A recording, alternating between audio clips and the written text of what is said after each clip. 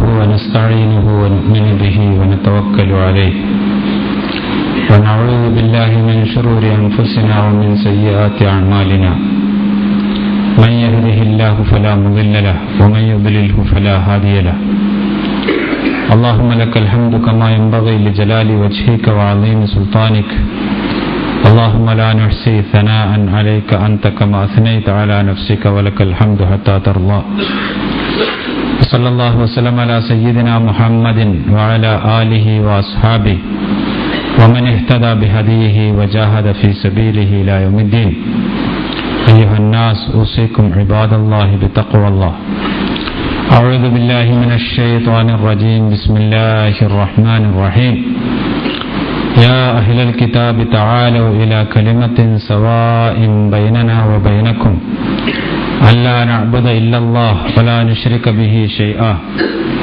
ولا يتخذ بعضنا بعضا أربابا من دون الله فإن تولوا فقولوا اشهدوا بأننا مسلمون صدق الله العلي العظيم. ബഹുമാന്യരായ സഹോദരി സഹോദരന്മാരെ, അല്ലാഹു സുബ്ഹാനഹു വ തആലയെ സൂക്ഷിച്ചുകൊണ്ടും ഭയന്നുകൊണ്ടും അവൻ്റെ കൽപ്പനകൾ പാലിച്ചുകൊണ്ടും ജീവിക്കണമെന്ന് ആദ്യമായി ഓർമ്മപ്പെടുത്തുകയാണ്. നബി തിരുമേനി സല്ലല്ലാഹു അലൈഹി വസല്ലം ഹുദൈബിയ സന്ധിയിൽ ഏർപ്പെട്ടതും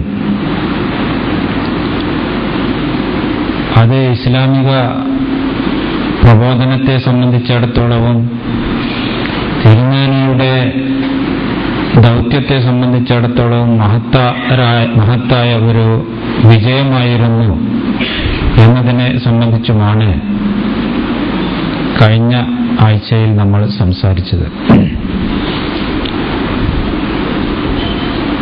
പ്രവാചകന്റെ മുഖ്യമായ ദൗത്യം അള്ളാഹുവിന്റെ ദീനിനെ മനുഷ്യ സമൂഹത്തിന് എത്തിച്ചു കൊടുക്കുക എന്നുള്ളതാണ്. ആ ദൗത്യം യഥാവിധി നിർവഹിക്കണമെങ്കിൽ സമാധാനപരമായ ഒരു അന്തരീക്ഷം അനിവാര്യമാണ്. അത് പറയാനും അത് കേൾക്കാനും കേൾക്കുന്നതിനെ സംബന്ധിച്ച് ചിന്തിക്കാനുമൊക്കെ ആളുകൾക്ക് ഒരു സാവകാശം ലഭിക്കേണ്ടതുണ്ട്. എതിർപ്പുകൾ രൂക്ഷമായി നിലകൊള്ളുകയും ജനങ്ങൾ അങ്ങേയറ്റത്തെ വൈകാരികമായ ഒരു സംഘട്ടനത്തിൽ ഏർപ്പെട്ടുകൊണ്ടിരിക്കുകയും ചെയ്യുന്ന സാഹചര്യത്തിൽ വിവേകം മനുഷ്യന് നഷ്ടപ്പെടും. വിവേകത്തിന്റെ ശബ്ദം തിരിച്ചറിയാനോ ശരി തെറ്റുകൾ സൂക്ഷ്മമായി വിലയിരുത്താനോ ആളുകൾക്ക് സാധിക്കാതെ വരും. അതുകൊണ്ടാണ് പ്രവാചകൻ തിരുമേനി സല്ലല്ലാഹു അലൈഹി വസല്ലം അങ്ങനെയുള്ള ഒരു അന്തരീക്ഷം ഉണ്ടാക്കിയെടുക്കുന്നതിന് വേണ്ടി ചില വിട്ടുവീഴ്ചകളൊക്കെ ചെയ്തുകൊണ്ടെങ്കിലും ഒരു സമാധാന ഉടമ്പടിയിൽ എത്തിച്ചേരാൻ വേണ്ടി ശ്രമിച്ചത് എന്ന് നമുക്ക് മനസ്സിലാക്കാൻ സാധിക്കും. ചില നിബന്ധനകളൊക്കെ മുസ്ലിമീങ്ങളെ സംബന്ധിച്ചിടത്തോളം അവഹേളനപരമായിരുന്നു. അത് പ്രഥമദൃഷ്ട്യാ ചിലപ്പോൾ നമുക്ക് ദഹിക്കുന്നത് ആയിക്കൊള്ളണമെന്നില്ല. ആ രീതിയിൽ സഹാബികളും അതിനെ കാണുകയുണ്ടായി, നിരീക്ഷിക്കുകയുണ്ടായി എന്ന് ചരിത്രം നമുക്ക് പറഞ്ഞു തരുന്നു. പക്ഷേ അള്ളാഹുവിന്റെ ദൂതൻ, അള്ളാഹുവിന്റെ റസൂൽ വരാനിരിക്കുന്ന അനന്തരഫലങ്ങളെ സംബന്ധിച്ചും ദീനിന് ലഭിക്കാൻ പോകുന്ന നേട്ടങ്ങളെ സംബന്ധിച്ചുമാണ് വിലയിരുത്തിയത്. അത് പരിഗണിച്ചുകൊണ്ടാണ് പ്രത്യക്ഷത്തിൽ ഇങ്ങനെയൊക്കെ ചില ദൂഷ്യങ്ങൾ തോന്നാമെങ്കിലും അത് ദൂരവ്യാപകമായി നോക്കുമ്പോൾ ഇസ്ലാമിനെ സംബന്ധിച്ചിടത്തോളം ഗുണകരമായിരിക്കും എന്ന് കണ്ടുകൊണ്ട് അത്തരത്തിലുള്ള ഉപാധികൾ പോലും അംഗീകരിച്ചു കൊടുക്കുകയും ആ രീതിയിലുള്ള ഒരു കരാറിൽ ഒപ്പിടാൻ സമ്മതിക്കുകയും ചെയ്തു. മുസ്ലിമായി ആരെങ്കിലും ഖുറൈശികളിലേക്ക് തിരിച്ചു ചെന്നാൽ, അല്ലെങ്കിൽ ഖുറൈശികളിൽ നിന്ന് മുസ്ലിമായി നബിയുടെ അടുത്ത് വന്നാൽ അയാളെ തിരിച്ചു കൊടുക്കണമെന്നാണല്ലോ ഒരു ഉപാധി. അതേ അവസരത്തിൽ മുസ്ലിം സമൂഹത്തിൽ നിന്ന് ആരെങ്കിലും അവരിലേക്ക് തിരിച്ചു ചെന്നാൽ അത് ഇങ്ങോട്ട് മടക്കി അയക്കുകയുമില്ല എന്ന ഒരു ഉപാധി ഉണ്ടായിരുന്നു. അത് നബി സല്ലല്ലാഹു അലൈഹി വസല്ലം വളരെ ബോധപൂർവമായി തന്നെ അംഗീകരിച്ചതായിരുന്നു. സാധാരണഗതിയിൽ മുസ്ലിമായി ഒരുത്തൻ വരികയാണ് എങ്കിൽ അവൻ ഇസ്ലാമിക സമൂഹം അവരുടെ ഒരു കുടുംബാംഗം എന്നുള്ള രൂപത്തിൽ പരിരക്ഷണം നൽകുകയും സഹായിക്കുകയും ചെയ്യും. താൽക്കാലികമായി ചിലപ്പോൾ അവരെ വിട്ടുകൊടുക്കേണ്ടി വന്നാലും പിന്നീട് അത് മുസ്ലിമീങ്ങൾക്ക് ഗുണകരമായി ഭവിക്കും എന്ന് നബി സല്ലല്ലാഹു അലൈഹി വസല്ലം കാണുകയുണ്ടായി. മുസ്ലിമീങ്ങൾ അഥവാ അവരെ സ്വീകരിച്ചിട്ടില്ല എങ്കിലും, അല്ലെങ്കിൽ അവർക്ക് മദീനയിൽ അഭയം നൽകിയിട്ടില്ല എങ്കിലും, അവർ വേറെന്തെങ്കിലും രീതികൾ സ്വീകരിച്ചുകൊണ്ട് അവരുടെ സംരക്ഷണത്തിനോ അല്ലെങ്കിൽ അവരുടെ കാര്യങ്ങൾ കൊണ്ടുപോകുന്നതിനോ ഉള്ള രൂപം കാണും എന്നും നബി സല്ലല്ലാഹു അലൈഹി വസല്ലം പ്രത്യാശിക്കുകയുണ്ടായി. ഏറ്റവും രസകരമായ സംഭവം, നബി സല്ലല്ലാഹു അലൈഹി വസല്ലമയുമായി സന്ധി സംഭാഷണങ്ങൾ നടത്തിക്കൊണ്ടിരിക്കുകയും കരാറിന്റെ വ്യവസ്ഥകളൊക്കെ എഴുതിക്കൊണ്ടിരിക്കുകയും ചെയ്യുന്ന സുഹൈൽ ഇബ്നു അംർ കരാർ ഒപ്പിട്ടിട്ടില്ല. അതിന്റെ അന്തിമമായ ചില നടപടിക്രമങ്ങൾ ഇങ്ങനെ നടത്തിക്കൊണ്ടിരിക്കുകയാണ്. അപ്പോഴാണ് ഈ സുഹൈൽ ഇബ്നു അംറിന്റെ മകൻ മുസ്ലിമായിക്കൊണ്ട് നബി സല്ലല്ലാഹു അലൈഹി വസല്ലമയുടെ അടുത്തേക്ക് വരുന്നത്. ബന്ധനത്തിലായിരുന്നു. ആ ബന്ധനത്തിൽ നിന്നെല്ലാം തന്നെ മോചിതനായി തന്റെ ചങ്ങലകളുമൊക്കെ വലിച്ചുകൊണ്ടാണ് അദ്ദേഹത്തിന്റെ മകൻ നബി സല്ലല്ലാഹു അലൈഹി വസല്ലമയുടെ അടുത്തേക്ക് വരുന്നതും മുസ്ലിം സമൂഹത്തിൽ ചേരാൻ ആഗ്രഹിച്ച് വരുന്നതും. സുഹൈൽ അപ്പോൾ തന്നെ ഇടപെട്ടുകൊണ്ട് പറയുകയുണ്ടായി, മുഹമ്മദ്, നമ്മുടെ കാര്യങ്ങളൊക്കെ നമ്മൾ തീരുമാനത്തിലെത്തിയിരിക്കുകയാണ്. അതുകൊണ്ട് നമ്മുടെ വ്യവസ്ഥ പ്രകാരം ഇവനെ ഞങ്ങൾക്ക് വിട്ടുതരണം. മദീനയിൽ അവനെ അഭയം നൽകുവാനോ അല്ലെങ്കിൽ നിങ്ങളുടെ കൂട്ടത്തിൽ അവനെ വെച്ച് കൊണ്ടിരിക്കുവാനോ പാടില്ല. ഇതാണല്ലോ നമ്മുടെ വ്യവസ്ഥ എന്ന് പറയുകയുണ്ടായി. മകനാണ് എങ്കിൽ അബൂജന്തൽ എന്ന് പറയുന്ന മകൻ, അദ്ദേഹം മുസ്ലിമീങ്ങളെ ഇനിയും നിങ്ങൾ എന്നെ ഈ കുഫാറിലേക്കും ഈ മുശ്രിക്കുകളുടെ അടുത്തേക്കും വീണ്ടും തിരിച്ചയക്കുകയാണോ? ഞാനെ അങ്ങേയറ്റം ക്ഷമിക്കുകയും സഹിക്കുകയും ത്യാഗങ്ങളും കഷ്ടപ്പാടുകളും അനുഭവിക്കുകയും ചെയ്തതിന് ശേഷമാണ് എന്റെ ദീനും കൊണ്ട് ഓടി മദീനയിലെത്തിയത്.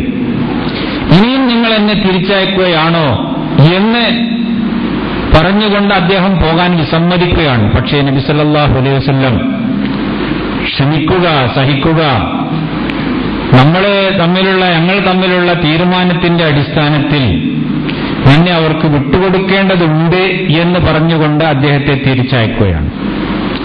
അപ്പോൾ ഒരു ഉപാധികൾ പാലിക്കുന്നതിലും പരസ്പരം എത്തിയ തീരുമാനങ്ങളെ ബഹുമാനിക്കുന്നതിലും മുസ്ലിം സമൂഹത്തിന്റെ നിഷ്ഠയും അവരതിൽ കാണിച്ച മാതൃകയും എത്രമാത്രം ഉദാത്തമായിരുന്നു, മഹത്തരമായിരുന്നു എന്ന് നമുക്കതിൽ നിന്ന് മനസ്സിലാക്കാം. ഇതുപോലെ വേറെയും പല ചെറുപ്പക്കാരും പിൽക്കാലങ്ങളിൽ ഇസ്ലാമിലേക്ക് വരികയും മുസ്ലിമീങ്ങളായി മാറുകയും ചെയ്തു. എങ്കിലും മദീനയിലേക്ക് മാറി താമസിക്കാൻ അവർക്ക് ഈ വ്യവസ്ഥ പ്രകാരം സാധിക്കുമായിരുന്നില്ല. അപ്പോൾ പിന്നീട് അവര് അബൂബസീർ എന്ന് പറയുന്ന ഒരു നേതാവിന്റെ കീഴിൽ അവര് എല്ലാവരും കൂടി ഒരു പ്രത്യേകമായ സ്ഥലത്ത്, മക്കയിൽ തന്നെ പ്രത്യേകമായ ഒരു കേന്ദ്രം പണിയുകയും ഒരു കേന്ദ്രത്തിൽ താമസമാക്കുകയും അത് ഖുറൈശികൾക്ക് ഒരു തീരാ തലവേദനയായി തീരുകയും ചെയ്യുന്ന പശ്ചാത്തലം പിന്നീടുണ്ടായി. ഖുറൈശികളുടെ നേരെയുള്ള ചില ഗറില്ല ആക്രമണങ്ങൾ നടത്താനും അവർക്ക് പോർലേൽപ്പിക്കാനുമൊക്കെ ഇത്തരം സംരംഭങ്ങൾ പിന്നീട് പ്രയോജനപ്പെടുകയുണ്ടായി.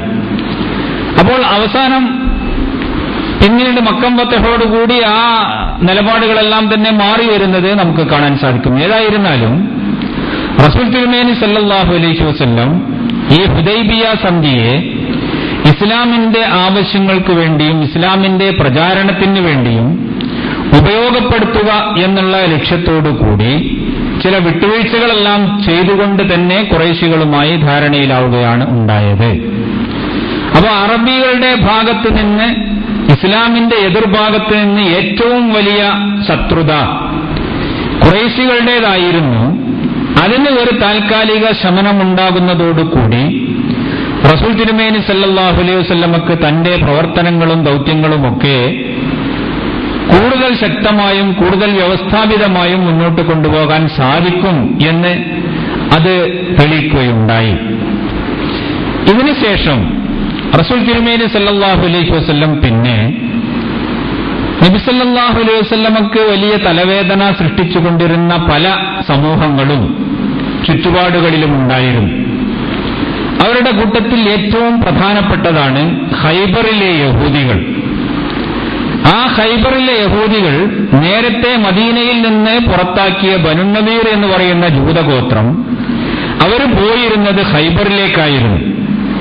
ഖൈബറിൽ നേരത്തെ തന്നെ ജൂതന്മാരുണ്ട്.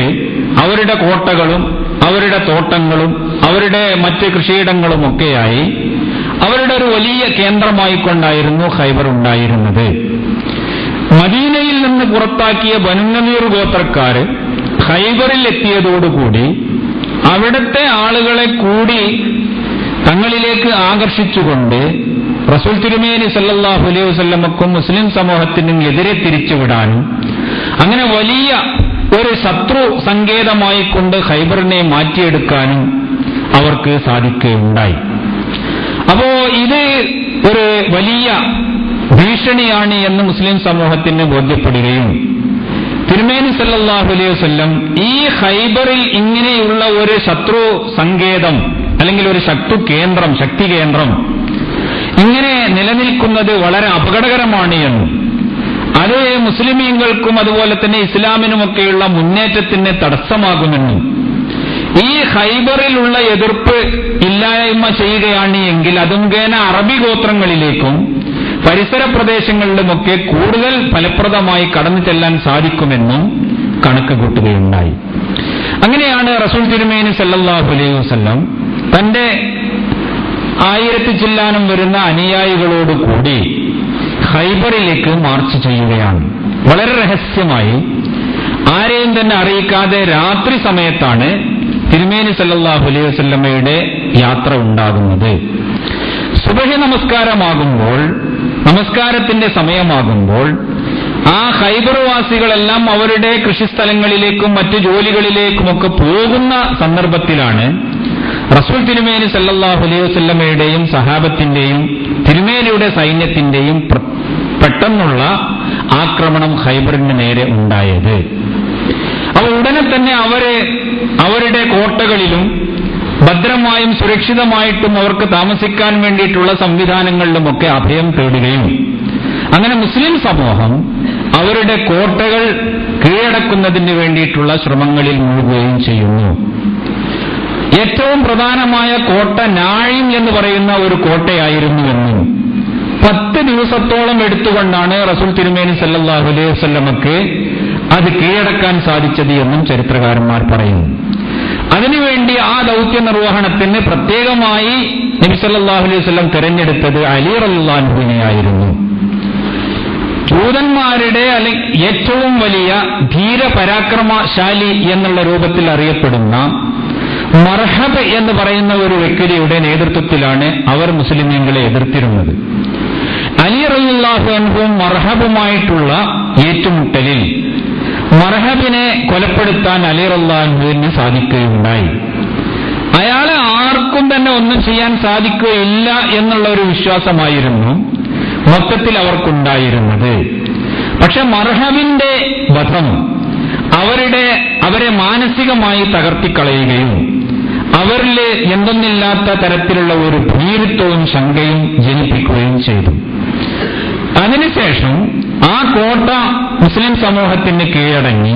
അതുപോലെയുള്ള നിരവധി കോട്ടകൾ ഈ ഖൈബർ പ്രദേശത്തുണ്ടായിരുന്നു.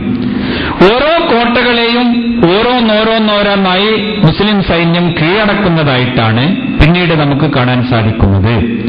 അങ്ങനെ കുറെ ദിവസങ്ങളോളം നീണ്ടുനിന്ന ഓരോ കോട്ടകൾക്കും ചിലപ്പോൾ നേരത്തെ പറഞ്ഞതുപോലെ 10 ദിവസം, 3 ദിവസം, 4 ദിവസം ഇങ്ങനെയൊക്കെ എടുത്തുകൊണ്ട് വിവിധങ്ങളായ കോട്ടകളെല്ലാം മുസ്ലിം സമൂഹം കീഴ്പ്പെടുത്തുകയും മൊത്തത്തിൽ ഖൈബറിലെ ജൂതന്മാർ പരാജയം സമ്മതിച്ചുകൊണ്ട് മുസ്ലിമീങ്ങൾക്ക് കീഴ്പ്പെടുകയും ചെയ്യുന്ന സാഹചര്യമുണ്ടായി. അതിനെയാണ് ഇസ്ലാമിക ചരിത്രത്തിൽ ഖൈബർ വിജയം എന്ന് പറയുന്നത്. ഈ ഖൈബർ വിജയം ഇസ്ലാമിക ചരിത്രത്തിലെ വളരെ സുപ്രധാനമായ ഒരു സംഭവമായിരുന്നു. കാരണം അത് ജൂതന്മാരുടെ ഒരു വലിയ ശക്തി കേന്ദ്രവും അവരെ ആ കോട്ടകളിലും മറ്റും അഭയം തേടിയാൽ അവരെ ഒരു ശക്തിക്കും കീഴടക്കാൻ സാധിക്കുകയില്ല എന്നുള്ള വിശ്വാസവുമായിരുന്നു ഉണ്ടായിരുന്നത്. മാത്രമല്ല, അവരോട് ഏറ്റുമുട്ടുന്ന മുസ്ലിമീങ്ങൾ പിന്നീട് എന്താകും എന്ന് നോക്കി തങ്ങളുടെ ഭാവി പരിപാടികൾ നിർണയിക്കാം എന്ന് ചിന്തിക്കുന്ന അറബി ഗോത്രങ്ങളും ഉണ്ടായിരുന്നു. മുഹമ്മദുമായിട്ട് ഒരു ഏറ്റുമുട്ടലിന് നിൽക്കണോ, അതോ മുഹമ്മദുമായിട്ട് ഒരു സന്ധിക്ക് തയ്യാറാവണോ, അതോ മുഹമ്മദിന്റെ ദീന് വിശ്വസിക്കണോ എന്നീ കാര്യങ്ങളൊക്കെ ആലോചിച്ചു കൊണ്ടിരുന്ന അറബി ഗോത്രങ്ങൾ തന്നെ ഖൈബറിൽ എന്താകുന്നു എന്ന് മനസ്സിലാവട്ടെ, അതിനുശേഷം ഒരു നിലപാടെടുക്കാം എന്ന രീതിയിലായിരുന്നു അവർ ചിന്തിച്ചിരുന്നത്. അപ്പോൾ ഈ ഖൈബർ വിജയം ജൂതന്മാരെ സംബന്ധിച്ചിടത്തോളം വമ്പിച്ച ഒരു തിരിച്ചടിയായിരുന്നു. ഇനി റസൂൽ തിരുമേനി സല്ലല്ലാഹു അലൈഹി വസല്ലമയുടെ മേധാവിത്വം അംഗീകരിക്കുക, ഇസ്ലാമിന്റെയും മുസ്ലിമീങ്ങളുടെയും കീഴിൽ ജീവിക്കുക എന്നുള്ളതല്ലാതെ തങ്ങളെ സംബന്ധിച്ചിടത്തോളം മാർഗമില്ല എന്ന് അവർക്ക് ബോധ്യപ്പെടുകയുണ്ടായി. ഈ ഖൈബർ വിജയത്തോടുകൂടി മുസ്ലിം സമൂഹത്തിന്റെ പ്രശ്നങ്ങളും ഒരു പരിധിവരെ മുഴുവൻ തന്നെ സമാപിക്കുന്നതാണ് നമുക്ക് കാണാൻ സാധിക്കുന്നത്. ഈ യുദ്ധത്തിൽ മുസ്ലിമീങ്ങൾക്ക് ധാരാളമായി യുദ്ധമുതലുകൾ ലഭിക്കുകയുണ്ടായി. ഭക്ഷണ പദാർത്ഥങ്ങൾ, അതുപോലെ തന്നെ ആടുമാടൊട്ടകങ്ങൾ, അതുപോലെ ഭൂമി, അതുപോലെ വസ്ത്രങ്ങൾ, ഇങ്ങനെ പലതരത്തിലുള്ള സമ്പത്തുകളും മുസ്ലിമീങ്ങളുടെ കയ്യിൽ വരികയുണ്ടായി. ഖൈബറിന് ശേഷം പിന്നെ ദാരിദ്ര്യമേ ഉണ്ടായിട്ടില്ല എന്നുള്ളതാണ് മുസ്ലിമീങ്ങളെ സംബന്ധിച്ചിടത്തോളം ചരിത്രകാരന്മാർ പ്രത്യേകം എടുത്തു പറഞ്ഞ ഒരു വസ്തുത. ഖൈബറിലെ ഭൂമികൾ മുസ്ലിം സമൂഹത്തിന് കീഴ്പ്പെട്ടപ്പോൾ അവിടുത്തെ ജൂതന്മാർ വന്നുകൊണ്ട് തിരുമേനിയോട് പറയുകയുണ്ടായി, മുഹമ്മദേ, ഏതായാലും ഞങ്ങളാണ് ഈ ഭൂമി കൈകാര്യം ചെയ്യാനും ഇതിൽ കൃഷി ഇറക്കാനും ഇതിന്റെ മേൽനോട്ടം വഹിക്കാനുമൊക്കെ നിങ്ങളെക്കാൾ കൂടുതൽ അറിയുന്നവരും പരിചയമുള്ളവരും. നിങ്ങളൊരിക്കലും തന്നെ കർഷകരല്ല, കൃഷിക്കാരല്ല, കൃഷിയെ സംബന്ധിച്ച് നിങ്ങൾക്കറിയുകയും ചെയ്തുകൂടാ. അപ്പൊ അതുകൊണ്ട് ഈ ഭൂമി ഞങ്ങൾക്ക് തന്നെ വിട്ടുതന്നാൽ ഞങ്ങൾ അതിൽ കൃഷി ചെയ്യുകയും നിങ്ങൾക്ക് നിങ്ങളുടേതായ ഒരു വിഹിതം ഞങ്ങൾ നൽകുകയും ചെയ്യാം എന്നുള്ള ഒരു നിർദ്ദേശം അവരിൽ നിന്ന് തിരുമേനി സല്ലല്ലാഹു അലൈഹി വസല്ലമക്ക് ലഭിക്കുകയുണ്ടായി. നബി സല്ലല്ലാഹു അലൈഹി വസല്ലം ഖൈബറിലെ ഭൂമികളെ രണ്ടായി ഭാഗിക്കുകയും ആ ഖൈബറിലുണ്ടായിരുന്ന ഭൂമിയിൽ ഈ യുദ്ധത്തിൽ പങ്കെടുത്ത സഹാബിമാരുടെ അവകാശം എന്നുള്ള രൂപത്തിൽ അവർക്ക് ഓരോരുത്തർക്കും അവകാശപ്പെട്ടത് വീതിച്ചു കൊടുക്കുന്നതിനായി പകുതി ഭൂമിയെ ആ രൂപത്തിൽ കാണുകയും അതുപോലെ തന്നെ മറ്റു പകുതി ഭൂമി ഇസ്ലാമികമായ ആവശ്യങ്ങൾക്ക് വേണ്ടി, പാവപ്പെട്ട ആളുകളെ സഹായിക്കുന്നതിന് വേണ്ടി, രാഷ്ട്രത്തിന്റെ ആവശ്യങ്ങൾ നിറവേറ്റുന്നതിന് വേണ്ടി, യുദ്ധത്തിന്റെയും മറ്റുമൊക്കെ ചെലവുകൾക്ക് വേണ്ടി, അങ്ങനെ ഒരു രാജ്യം നേരിടുന്ന അതിന്റെ സാമ്പത്തികമായ പ്രശ്നങ്ങൾ പരിഹരിക്കുന്നതിന് വേണ്ടി ഈ യുദ്ധ മുതലുകളിൽ പകുതി ഭാഗം തിരുമേനി സല്ലല്ലാഹു അലൈഹി വസല്ലം നീക്കിവെക്കുകയും ചെയ്തു. മാത്രമല്ല, കൃഷി ഇറക്കാനും ആ കാര്യങ്ങളൊക്കെ ചെയ്യാനും ജൂതന്മാര് നേരത്തെ സമ്മതിച്ചതുപോലെ അവർക്ക് തന്നെ വിട്ടുകൊടുക്കുകയും ആകെ ഉണ്ടാകുന്ന വരുമാനത്തിന്റെ പകുതി മുസ്ലിം സമൂഹത്തിന് കൊടുക്കുക, പകുതി അവർക്ക് തന്നെ ഉപയോഗിക്കാം എന്നുള്ള രൂപത്തിൽ അവരുമായി ഒരു ധാരണയിലെത്തുകയും ചെയ്തു. അങ്ങനെ ഖൈബറിന്റെ മേധാവിത്വം മുസ്ലിമീങ്ങൾക്ക് വരികയും അവിടെയുള്ള ജൂതന്മാർക്ക് അവരുടെ മതസ്വാതന്ത്ര്യം അനുവദിച്ചു കൊടുക്കുകയും അവരുടെ രാഷ്ട്രീയമായ അവരുടേതായ ആ മേധാവിത്വത്തിന് ഒരു അന്ത്യം വരുത്തുകയും ചെയ്യുന്ന ഒരു നിലപാട് തിരുമേനി സല്ലല്ലാഹു അലൈഹി വസല്ലം സ്വീകരിക്കുകയുണ്ടായി. അങ്ങനെ ഖൈബറിന്റെ വിജയത്തോടുകൂടി മറ്റ് അറബി പ്രദേശങ്ങളും അറബി ഗോത്രങ്ങളുമൊക്കെ പിന്നീട് ഇസ്ലാമിലേക്ക് കൂടുതൽ ശക്തമായ രീതിയിൽ വന്നുകൊണ്ടിരിക്കുന്നതായിട്ടാണ് നമുക്ക് കാണാൻ സാധിക്കുന്നത്. അതുപോലെ തന്നെ ഈ ഹുദൈബിയ സന്ധിയുടെ പശ്ചാത്തലത്തിൽ തിരുമേനി സല്ലല്ലാഹു അലൈഹി വസല്ലം ഇസ്ലാമിന്റേതായ ദൗത്യം മറ്റ് പ്രദേശങ്ങളിലേക്ക് എത്തിക്കുന്നതിന് വേണ്ടിയും അവരെ കൂടി അതിലേക്ക് ക്ഷണിക്കുന്നതിന് വേണ്ടിയും ഈ അവസരം പ്രയോജനപ്പെടുത്തുകയുണ്ടായി. അന്ന് അറിയപ്പെട്ടിരുന്ന വളരെ സുപ്രധാനമായ എല്ലാ രാജ്യങ്ങളിലേക്കും ആ രാജ്യങ്ങളെ ഭരിച്ചിരുന്ന ഭരണകർത്താക്കളിലേക്കും റസൂൽ തിരുമേനി സല്ലല്ലാഹു അലൈഹി വസല്ലം ദൂതന്മാരെ അയക്കുകയും അവരോട് ഇസ്ലാമിന്റേതായ സന്ദേശം അവർക്ക് എത്തിച്ചു കൊടുക്കുന്നതിന് വേണ്ടിയിട്ടുള്ള രീതികൾ സ്വീകരിക്കുകയും ചെയ്യുന്നത് നമുക്ക് കാണാൻ സാധിക്കും. ഈ രൂപത്തിൽ പ്രവാചകൻ തിരുമേനി സല്ലല്ലാഹു അലൈഹി വസല്ലം അന്നത്തെ ഏറ്റവും വലിയ ചക്രവർത്തിമാരായ റോമ ചക്രവർത്തിക്കും പേർഷ്യൻ ചക്രവർത്തിക്കും മറ്റ് ചെറുകിട രൂപത്തിലുള്ള ചക്രവർത്തിമാർക്കും രാജാക്കന്മാർക്കും ഭരണാധികാരികൾക്കുമൊക്കെ കത്തുകൾ അയക്കുകയും ദൂതന്മാരെ അയക്കുകയും ചെയ്യുന്നത് നമുക്ക് മനസ്സിലാക്കാൻ സാധിക്കുന്നു. അപ്പോൾ തിരുമേനി സല്ലല്ലാഹു അലൈഹി വസല്ലമയെ സംബന്ധിച്ചിടത്തോളവും ഇസ്ലാമിനെ സംബന്ധിച്ചിടത്തോളവും ഇത് ഒരു സാർവലൗകികമായ സിദ്ധാന്തമാണ്. അത് ഏതെങ്കിലും ഒരു പ്രദേശത്തുകാർക്കോ ഒരു പ്രത്യേക സമൂഹത്തിലേക്കോ ഉള്ളതല്ല. ചില അമുസ്ലിം ചിന്തകന്മാരോ അല്ലെങ്കിൽ ഭൗതിക ചരിത്രകാരന്മാരോ വിലയിരുത്തുന്നത് പോലെ റസൂൽ തിരുമേനി സല്ലല്ലാഹു അലൈഹി വസല്ലമക്ക് ആദ്യം മക്കയെ സംബന്ധിച്ചും അറബി സമൂഹത്തെ സംബന്ധിച്ചുമൊക്കെ ധാരണയുണ്ടായിരുന്നുള്ളൂ. അവരുടെ ഒരു വക്താവാകണം അല്ലെങ്കിൽ അവരുടെ ഒരു നേതാവാകണം എന്ന ചിന്ത മാത്രമേ ഉണ്ടായിരുന്നുള്ളൂ. പിന്നെ ഇങ്ങനെ ഇസ്ലാം കൂടുതൽ വളർന്നു വരികയോ അതിന്റെ സൈന്യവും അതിന്റെ ശക്തിയുമൊക്കെ വർദ്ധിക്കുകയോ ചെയ്തപ്പോൾ അപ്പോഴാണ് ഒരു ലോകവീക്ഷണവും ഒരു സമൂഹത്തെ സംബന്ധിച്ചുള്ള ഒരു കാഴ്ചപ്പാടുമൊക്കെ ഉണ്ടായത് എന്ന ഒരു വിലയിരുത്തലുണ്ട്. അങ്ങനെയാണ് ഭൗതിക ചിന്തകന്മാരോ അല്ലെങ്കിൽ അമുസ്ലിങ്ങളായ എഴുത്തുകാരോ ഒക്കെ പ്രവാചകന്റെ ഈ പ്രവർത്തനങ്ങളെ സംബന്ധിച്ചും പ്രവാചകന് ശേഷമുള്ള ഇസ്ലാമിക ചരിത്രത്തിന്റെ മുന്നേറ്റത്തെ സംബന്ധിച്ചുമൊക്കെ മനസ്സിലാക്കുന്നത്. നേരത്തെ ഇത് വളരെ പരിമിതമായ ഒരു ഉദ്ദേശത്തോടുകൂടി ഉടലെടുത്തതായിരുന്നുവെന്നും അനുകൂലമായ സാഹചര്യങ്ങൾ ഉണ്ടായിത്തീർന്നപ്പോൾ അതിനൊരു ലോകവീക്ഷണവും ഒരു ലോക സിദ്ധാന്തവുമായിട്ട് അത് മാറുകയാണ് ഉണ്ടായത് എന്നുമുള്ള ഒരു വ്യാഖ്യാനം നമുക്ക് കാണാൻ സാധിക്കും. പക്ഷെ ഇത് വളരെ നിരർത്ഥമാണ് എന്ന് റസൂൽ തിരുമേനി സല്ലല്ലാഹു അലൈഹി വസല്ലമയുടെ ഈ പ്രവർത്തനങ്ങൾ നമുക്ക് വ്യക്തമാക്കി തരുന്നു. നബി സല്ലല്ലാഹു അലൈഹി വസല്ലം ഏകദേശം സമാധാനത്തോടുകൂടി ആ മക്കയിലും മദീനയിലുമൊക്കെ പ്രവർത്തിക്കാനുള്ള സാഹചര്യം വന്നപ്പോൾ തന്നെ അന്നത്തെ ഏറ്റവും വലിയ ഭരണാധികാരികളും ചക്രവർത്തികളുമായിരുന്ന റോമൻ സാമ്രാജ്യത്തിനും അതുപോലെ പേർഷ്യൻ സാമ്രാജ്യത്തിനുമൊക്കെ കത്തുകൾ എഴുതുകയും അവരിലേക്ക് ദൂതന്മാരെ നിയോഗിക്കുകയും ചെയ്യുന്നത് നമുക്ക് കാണാൻ സാധിക്കുന്നു. നബി സല്ലല്ലാഹു അലൈഹി വസല്ലം ദഹിയത്തുൽ കൽബി എന്ന് പറയുന്ന സഹാബിയെയാണ് ഈ റോമ ചക്രവർത്തിയായ ഹിർക്കലിന്റെ അടുത്തേക്ക് അയച്ചത്. അതുപോലെ അബ്ദുല്ലാഹ് ഇബ്നു ഹുദാഫ എന്ന് പറയുന്ന സഹാബിയെ പേർഷ്യൻ ചക്രവർത്തിയായ കിസ്രയുടെ അടുത്തേക്കും അയക്കുകയുണ്ടായി. ഹാത്തിബ് ഇബ്നു അബീ ബൽത എന്ന് പറയുന്ന സഹാബിയെ ഈജിപ്ഷ്യൻ ഭരണാധികാരിയുടെ അടുത്തേക്ക് കത്തുമായി നിയോഗിച്ചു. ശുജാ ഇബ്നു വഹബ് എന്ന് പറയുന്ന തന്റെ അനുചരനെ സഹാബിയെ ഡമാസ്കസിനെ കേന്ദ്രീകരിച്ചുകൊണ്ട് ഭരണം നടത്തിയിരുന്ന ഭരണാധികാരിയുടെ മുനീർ ഇബ്നു ഹാരിസ് എന്ന് പറയുന്ന ഭരണാധികാരിയുടെ അടുത്തേക്ക് നിയോഗിക്കുകയുണ്ടായി. അബുൽ അലാഉൽ ഹളറമി എന്ന് പറയുന്ന സഹാബിയെ ബഹ്റൈൻ കേന്ദ്രമായി കൊണ്ട് ഭരണം നടത്തിയിരുന്ന മുനീർ ഇബ്നു സാവ എന്ന് പറയുന്ന വ്യക്തിയുടെ അടുത്തേക്ക് അയക്കുകയുണ്ടായി. ഇങ്ങനെ വ്യത്യസ്ത വ്യക്തിത്വങ്ങളെ പ്രത്യേകമായി തെരഞ്ഞെടുത്ത് അന്നത്തെ ഏറ്റവും വലിയ ഭരണകൂടങ്ങളായി പരിഗണിക്കപ്പെടുന്ന അന്നത്തെ അറിയപ്പെടുന്ന ലോകത്തിന്റെ പകുതി ഭാഗവും മുക്കാൽ ഭാഗവും ഒക്കെ കൈയടക്കി വെച്ചിരുന്ന ഭരണാധികാരികളും ചക്രവർത്തിമാരുമായിരുന്നു ഈ ആളുകൾ എന്ന് നമ്മൾ മനസ്സിലാക്കേണ്ടതുണ്ട്. ഏകദേശം എല്ലാവർക്കും ഒരേ ആശയം ധ്വനിപ്പിക്കുന്ന രീതിയിലുള്ള സന്ദേശമാണ് തിരുമേനി സല്ലല്ലാഹു അലൈഹി വസല്ലം എത്തിച്ചു കൊടുത്തത്. തിരുമേനിയുടെ കത്തുകൾ നമ്മൾ പരിശോധിച്ചാൽ അതിൽ കാണാൻ സാധിക്കും നബി സല്ലല്ലാഹു അലൈഹി വസല്ലം തുടങ്ങുന്നത് ബിസ്മില്ലാഹിർ റഹ്മാനിർ റഹീം മിൻ മുഹമ്മദിൻ റസൂലില്ലാഹി ഇലാ ഹിർഖൽ അലീമിർ റൂം. അള്ളാഹുവിന്റെ പ്രവാചകനായ മുഹമ്മദിൽ നിന്ന് റോമക്കാരുടെ ഭരണാധികാരിയായ ഹിർക്കലിന് അയക്കുന്ന കത്ത്. സലാമുൻ അലാ മൻ ഇത്തബഅൽ ഹുദ. സന്മാർഗം അവലംബിക്കുന്ന ആളുകൾക്ക് അള്ളാഹുവിന്റെ ശാന്തി ഉണ്ടാവട്ടെ. അമ്മാ ബഅദ് ഫഇന്നി അദഊക ബിദആയത്തിൽ ഇസ്ലാം. ഇസ്ലാമിന്റെ പ്രബോധനമാണ് എനിക്ക് താങ്കളോട് നിർവഹിക്കാനുള്ളത്. അതിലേക്കാണ് ഞാൻ താങ്കളെ ക്ഷണിക്കുന്നത്. അസ്ലിം തസ്ലം. താങ്കൾ മുസ്ലിമാവുക, എങ്കിൽ താങ്കൾക്ക് രക്ഷപ്പെടാൻ സാധിക്കും. യൂതിക്കല്ലാഹു അജ്റക മർറതൈൻ.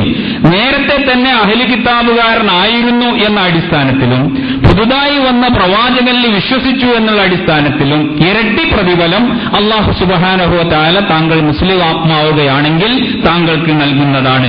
വഇൻ തവല്ലൈത ഫഇന്ന അലൈക ഇസ്മൽ അരീസിയീൻ. ഇനി ഇത് അംഗീകരിക്കാതെ താങ്കൾ പിന്തിരിഞ്ഞു പോവുകയാണ് എങ്കിൽ താങ്കളുടെ പിന്നാലെ കൂടിയിട്ടുള്ള താങ്കളുടെ ഉത്തരവുകളും താങ്കളുടെ കൽപ്പനകളുമൊക്കെ അനുസരിച്ചുകൊണ്ട് ജീവിക്കുന്ന ആ സാധാരണക്കാരായ ആളുകളുടെ മുഴുവൻ കുറ്റങ്ങളും അവരുടെ പാതകങ്ങളും താങ്കൾ വഹിക്കേണ്ടി വരും. എന്നിട്ട് റസൂൽ തിരുമേനി സല്ലല്ലാഹു അലൈഹി വസല്ലം വിശുദ്ധ ഖുർആൻ എന്നുള്ള ഒരു ആയത്ത് കൂടി ഈ കത്തുകളിലെല്ലാം ഉള്ളടക്കം ചെയ്തതായിട്ട് നമുക്ക് കാണാൻ സാധിക്കും. യാ അഹ്ലൽ കിതാബ് തആലൂ ഇലാ കലിമത്തിൻ സവാഇൻ ബൈനനാ വ ബൈനക്കും അല്ലാ നഅ്ബുദ ഇല്ലല്ലാഹ് വലാ നുശ്രിക ബിഹി ശൈആ. അഹ്ലി കിതാബുകാരെ, വേദക്കാരെ, നമുക്കെല്ലാവർക്കും ഒരുപോലെ ബാധകമായ തർക്കമില്ലാത്ത ഒരു വസ്തുതയിലേക്ക്, ഒരു യാഥാർത്ഥ്യത്തിലേക്ക് ഞാൻ നിങ്ങളെ ക്ഷണിക്കുന്നു. അതിലേക്ക് നിങ്ങൾ വരിക. അല്ലാ നഅ്ബുദ ഇല്ലല്ലാഹ് വലാ നുശ്രിക ബിഹി ശൈആ. അതായത് അല്ലാഹുവിന് മാത്രം ഇബാദത്ത് ചെയ്തുകൊണ്ട് നമ്മൾ ജീവിക്കുക, അല്ലാഹുവിൽ മറ്റൊന്നിനെയും പങ്കു ചേർക്കാതിരിക്കുക. വലാ യത്തഖിദ ബഅ്ദുനാ ബഅ്ദൻ അർബാബൻ മിൻ ദൂനില്ലാഹ്. നമ്മൾ ചിലരെ അല്ലാഹുവിനെ കൂടാതെ റബ്ബുകളാക്കി വെക്കുന്ന ഒരു അവസ്ഥയും സാഹചര്യവും ഇല്ലാതെയാക്കുക. അങ്ങനെയുള്ള ഒരു സന്ദേശത്തിലേക്ക് നിങ്ങൾ വരികയും എന്നതാണ് ആ ആയത്തിന്റെ ആശയം. ഫൈൻ തവല്ലൂ ഫഖൂലു അശ്ഹദൂ ബിഅന്നാ മുസ്ലിമൂൻ. ഇനി അവർ പിന്തിരിഞ്ഞു പോവുകയാണ്, അത് കേൾക്കുന്നില്ല എങ്കിൽ ഞങ്ങൾ ഇസ്ലാമിനെ മുറുകെ പിടിച്ചുകൊണ്ട് ജീവിക്കുന്ന സജ്ജനങ്ങളാണ് എന്ന് അംഗീകരിച്ചുകൊണ്ട് നിങ്ങൾ നിങ്ങളുടെ മാർഗത്തിൽ തുടരുക എന്ന അള്ളാഹുവിന്റെ ആ വചനമാണ് ഈ കത്തുകളിലൊക്കെ അടക്കം ചെയ്തത് എന്ന് നമുക്ക് കാണാൻ സാധിക്കും. അപ്പോൾ ഈ ഭരണാധികാരികൾക്കെല്ലാം തന്നെ ഇസ്ലാമിന്റേതായ അടിസ്ഥാനപരമായ ആ സിദ്ധാന്തം അതിലേക്ക് ക്ഷണിച്ചുകൊണ്ടും അത് അംഗീകരിക്കാൻ അവരെ ആഹ്വാനം ചെയ്തുകൊണ്ടുമുള്ള കത്തുകളാണ് തിരുമേനി സല്ലല്ലാഹു അലൈഹി വസല്ലം എത്തിച്ചു കൊടുത്തത്. ഇത് യഥാർത്ഥത്തിൽ നിലവിലുള്ള, നമ്മൾ സാധാരണഗതിയിൽ ഇന്ന് ലോകം വളരെ പരിഷ്കരിച്ചുകൊണ്ടുള്ള ഈ സാഹചര്യത്തിൽ ഈ ഓരോ രാജ്യത്തിന്റെയും അംബാസഡർമാർ മുഖേന ഓരോ രാജ്യത്തിന്റെയും സന്ദേശം മറ്റ് രാജ്യങ്ങൾക്ക് എത്തിക്കുന്ന ആ ഏറ്റവും പരിഷ്കൃതമായ ഒരു രീതിയാണ് റസൂൽ തിരുമേനി സല്ലല്ലാഹു അലൈഹി വസല്ലം ഇവിടെ അവലംബിച്ചത്.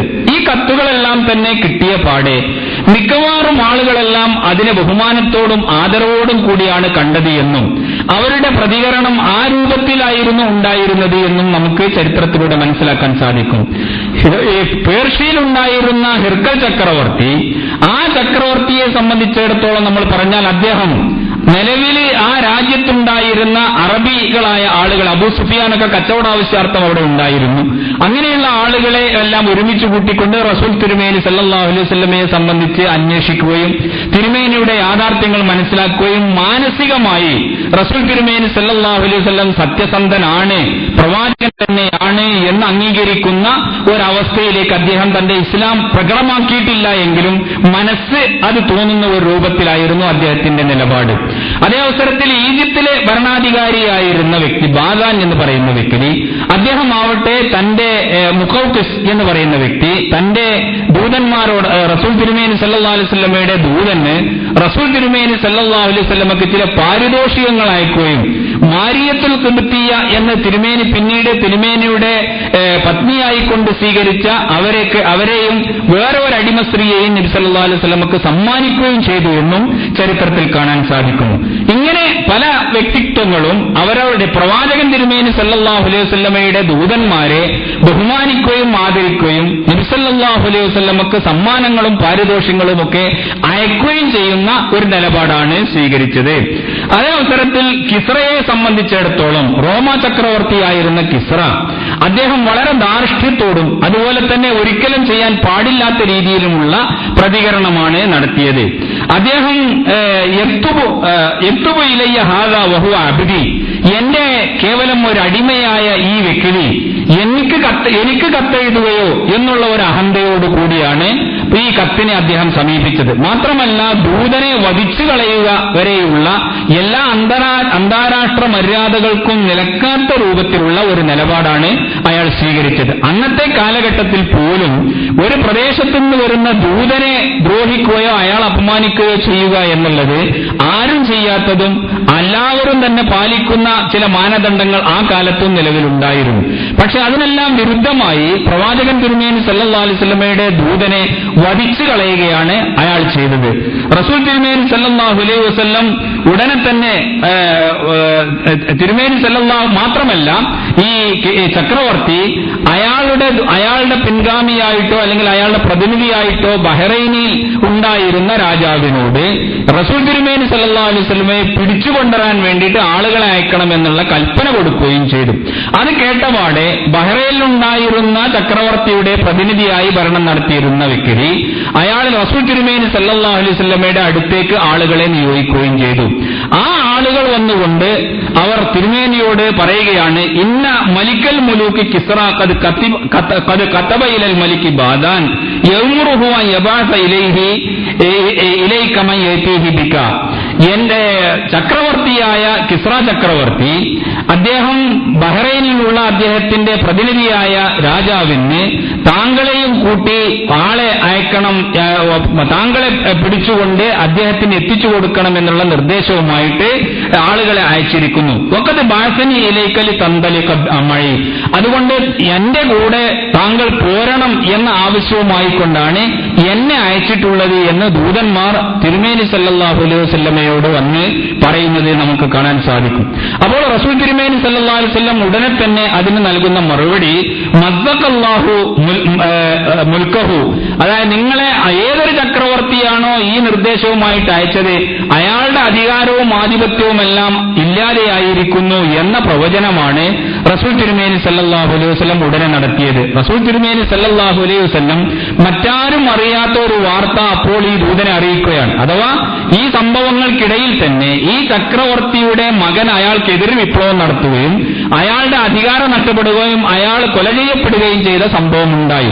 അത് വേറെ ആരും തന്നെ അറിഞ്ഞിട്ടുണ്ടായിരുന്നില്ല. ഈ ഉത്തരവ് പുറപ്പെടുവിച്ച ചക്രവർത്തി അയാളുടെ ദൂതൻ റസൂൽ തിരുമേനി സല്ലല്ലാഹു അലൈഹി വസല്ലമയുടെ അടുത്ത് വരുന്നതിന് മുമ്പായി തന്നെ അയാളുടെ അധികാരം പോവുകയും അയാൾ സ്ഥാനത്തിൽ നിന്ന് നീക്കപ്പെടുകയും ചെയ്യുന്ന സാഹചര്യമുണ്ടായി. അപ്പോൾ അതോടുകൂടി തന്നെ ആ ഉത്തരവിനോ അല്ലെങ്കിൽ അത്തരത്തിലുള്ള ആജ്ഞക്കോ ഒരു പ്രസക്തിയും ഇല്ലാത്ത സാഹചര്യങ്ങൾ ഉണ്ടായി. ഇങ്ങനെ രാജാക്കന്മാരുടെ പ്രത്യേകമായ വ്യത്യസ്തമായ നിലപാടുകൾ നമുക്ക് തിരുമേനിയുടെ സന്ദേശത്തിന് നേരെ സ്വീകരിച്ചതായിട്ട് നമുക്ക് കാണാൻ സാധിക്കും. ഏതായിരുന്നാലും അന്നത്തെ കാലഘട്ടത്തിൽ അറിയപ്പെടുന്ന എല്ലാ പ്രദേശങ്ങളിലേക്കും ഇസ്ലാമിന്റേതായ ഈ വെളിച്ചം എത്തിക്കാൻ റസൂൽ തിരുമേനി സല്ലല്ലാഹു അലൈഹി വസല്ലം പ്രവർത്തിക്കുകയും അധ്വാനിക്കുകയും നടപടികൾ സ്വീകരിക്കുകയും ചെയ്തു എന്ന് നമുക്കിതിൽ നിന്ന് മനസ്സിലാക്കാം. അങ്ങനെ ഒരു കൊല്ലത്തിനകം പിന്നീട് പിറ്റത്തെ കൊല്ലം ഈ ഹുദൈബിയ സന്ധി നടന്ന പിറ്റത്തെ കൊല്ലം റസൂൽ തിരുമേനി സല്ലല്ലാഹു അലൈഹി വസല്ലം തന്റെ അനുജന്മാരോടൊത്തുകൊണ്ട് മക്കയിലേക്ക് പോവുകയും ഉംറ നിർവഹിക്കുകയും ചെയ്തു. കാരണം അന്നത്തെ വ്യവസ്ഥ അനുസരിച്ചുകൊണ്ട് ഇക്കൊല്ലം മടങ്ങണമെന്നും അടുത്ത കൊല്ലം വന്ന് ഉംറ ചെയ്യാമെന്നുമായിരുന്നല്ലോ ഉണ്ടായിരുന്നത്. പിറ്റത്തെ കൊല്ലമായപ്പോഴേക്കും അതിനിടയിലാണ് ഈ കത്തുകളും അതുപോലെ തന്നെ ഇസ്ലാമിക പ്രബോധനത്തിന്റെ പ്രവർത്തനങ്ങളും ഖൈബറിന്റെ നേരെയുള്ള സൈനിക നടപടിയും ഒക്കെ സ്വീകരിച്ചത്.